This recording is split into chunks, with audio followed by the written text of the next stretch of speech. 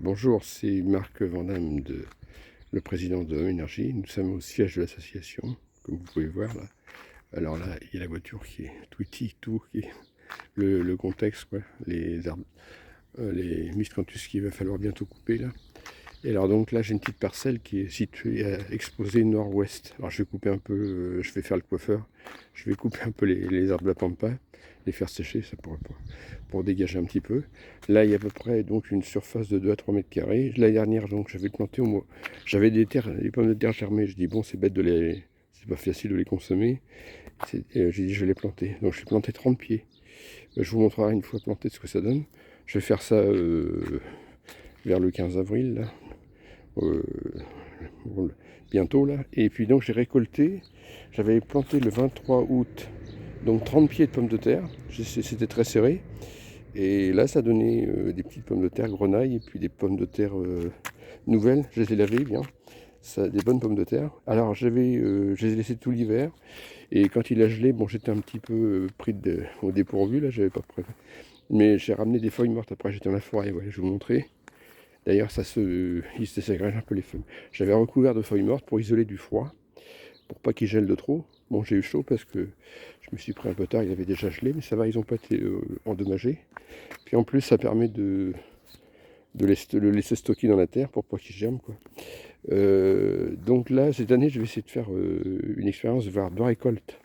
Là, je les plante le 15 avril, mettons 14 juillet, je vais les récolter, si ça se passe bien, et en replanter d'autres dans la foulée. Ni fin juillet. Là, ça fera à août, septembre, octobre, parce que ça peut pousser. Puis après, je vais mettre pareil de- des feuilles mortes pour les protéger. Donc ça fait à peu près j'ai eu pris les dimensions, je calculerai exactement. Ça fait 2 à 3 mètres carrés. Donc là, si je m'y prends plus tôt, ça va être bon pour faire une bonne récolte. Et puis la deuxième, elle sera peut-être pas terrible, mais c'est ce que me disait ma grand-mère. Certainement, elle appelait ça les patates nouvelles. C'est peut-être les pommes de terre qu'on plante à l'automne et puis qu'on récolte au printemps. Ça doit être ça qu'elle parlait. Quand les gens n'ont plus rien à manger. Voilà, donc on va essayer. Alors quand on aura un terrain plus grand, on essaiera d'en faire plus. Et là, ce que je fais, je mets du sable. Je mets du sable là. J'ai étalé là. Je vais le mettre mélanger la terre. Voilà, donc les feuilles mortes par-dessus. Donc ça va nous... Donc comme ça, on va essayer de faire 2 récoltes, on va voir. Alors là, vous marquerez peut-être qu'il n'y a pas beaucoup de terre, mais en réalité, je vais en récupérer. Là, j'ai ma serre enterrée, j'ai stocké la terre là. Parce que pour récupérer les pommes de terre, c'était toute petite. J'ai évacué la terre, comme ça je trie au fur et à mesure. Donc je l'ai mis dans ma serre enterrée. En réalité, la serre enterrée, à faire 50 cm de profondeur. On peut planter des tomates ou autres. Le problème, c'est qu'il y a les miscanthus maintenant qui font de l'ombre. C'est pratique cette serre enterrée.